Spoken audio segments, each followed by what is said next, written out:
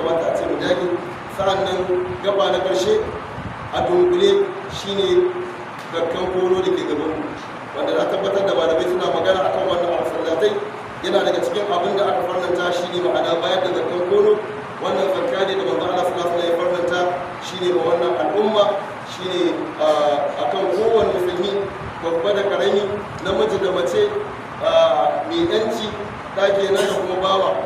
Manzo Allah sallallahu alaihi wasallam ya farnanta a bada sa'i ɗaya na abinci, sa'i ɗaya na abinci wanda kowa ya ga kokarin shugabantar da wannan zakka.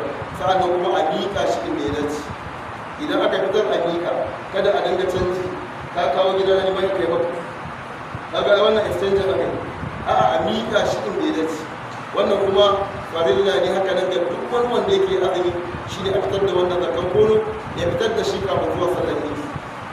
Ana iya fitar da shi kwana biyu kafin idi, to amma kwana biyu ko kwana ɗaya kafin idi, to amma lokaci na hutu na wajibci shi ne mai shi ne a tun daga asubahi to a fiye da wannan lokacin kafin a ji sallar idi ta yi fitar da shi.